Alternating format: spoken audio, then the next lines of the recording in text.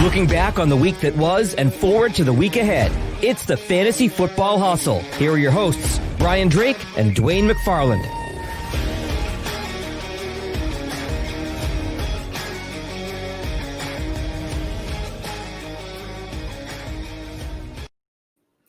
Everybody, what's going on out there in fantasy land? It's Brian Drake from FightingChanceFantasy.com and the Fantasy Football Hustle, giving you a quick waiver wire rundown. Easy for me to say.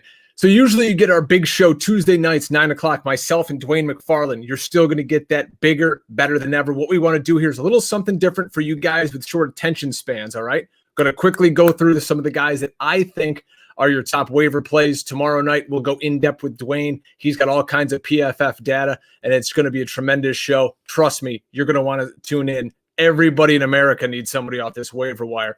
Let's get into it quick at the quarterback position. Ryan Tannehill owned 46% in Yahoo. I use Yahoo for all the players. After throwing 249 yards, 2 touchdowns in week 1, Tannehill torched the Jags in week 2 for 239 and 4 TDs.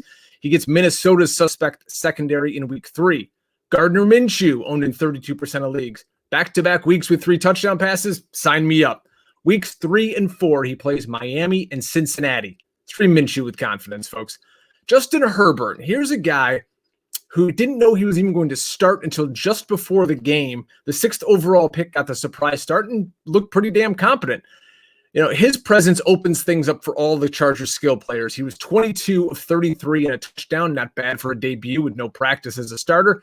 The coach says he wants to go back to Tyrod. Keep an eye on that situation. Fantasy football is a week-to-week game. You can't project what backup running back is going to go off in 3 weeks with a massive role, or 2 months from now who's going to be elite. What we can do is play for today. That's what we're going to do with the running back position. These are the guys I think you should be adding at running back. Number 1, I like Mike Davis from the Panthers, owning only 7% of leagues. CMC went down with a high ankle sprain. He's going to be out 4 to 6 weeks. Now, Mike isn't some slouch here. Remember, the Bears just gave him a big contract a year or 2 ago. He's a good pass catcher, and that's where he's going to score you guys points. This week, he caught 8 of his targets for 74 yards. So for a month, this guy can give you 40 yards rushing, 6 for 60 through the air. That's minimally 16 points in a PPR before we even talk touchdowns. I don't know about you guys, but I'll take 16 as a floor any week. Jerick McKinnon of the 49ers owned in only 24% of leagues. Hard to believe McKinnon is actually the healthiest runner on the backfield for once. With Raheem Mostert down this week and Tevin Coleman likely out a few weeks, enter McKinnon, who showed off his speed on a 55-yard touchdown run on Sunday. Now, he'll lead a committee with Jeff Wilson Jr. and JaMychal Hasty, but he should see a sizable role for as long as Mostert is out nursing that MCL sprain. Josh Kelly, 40% owned. Didn't really know if I want to put him on the list, but I know he's a big favorite of Dwain's. We'll get more into him tomorrow night at 9 o'clock. But Eckler can't get all these touches here, and the rookie out of UCLA is the man to seize the other half of these carries. 23 of them yesterday. What wasn't impressive was his 2.7 yards per carry. This kid's not going away, folks. If he's out there, snatch him up. Darrell Henderson. Now, at some point this season, all of the Rams running backs have looked good, mind you. Henderson filled in for Cam Akers and Malcolm Brown, gashed the Eagles, my beloved Eagles, for 81 yards on the ground and 2 for 40 receiving. Word out of LA is neither Brown nor Akers is hurt that badly, and they could play this weekend. So this committee is something I'm not really trying to get a hold of and spend a high waiver pick on. That's why I like the other 2 guys a little more.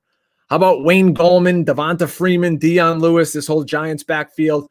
We aren't sure if Freeman's going to be signed here, but this has all the makings of an old school ECW 3-way dance. The line is bad. The team is bad. I'm not excited about any of them. Let's move over to wide receiver, where we had a couple of injuries this week. And the first name off the board is Russell Gage. Somehow he's only snatched up in 23% of Yahoo leagues. We told you to get him last week. He keeps getting the targets, 9 of them this week. He should not be on any wires. Michael Pittman. Now, Dwain's been preaching to the choir all summer long about Paris Campbell, and with great reason. Michael Pittman, the rookie out of Ohio State, only owned in 15% of leagues, and with Campbell out for the foreseeable future, is going to be in that starting lineup.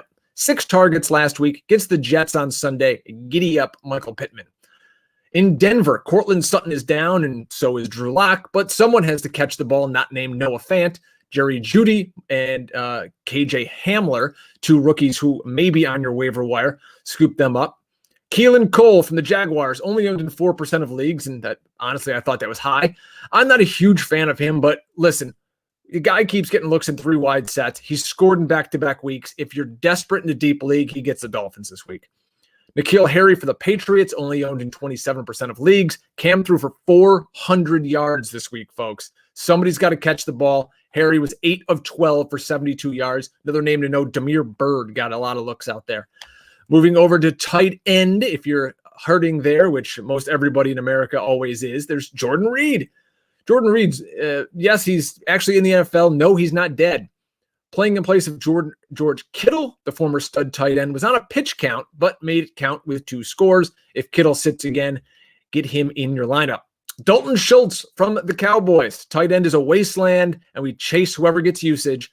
Schultz saw 10 targets and scored. That's good enough for me. Mo Alley Cox of the Colts. No Jack Doyle, no Paris Campbell. 5 for 111. That'll do just fine in any lineup. So monitor Doyle's injury situation.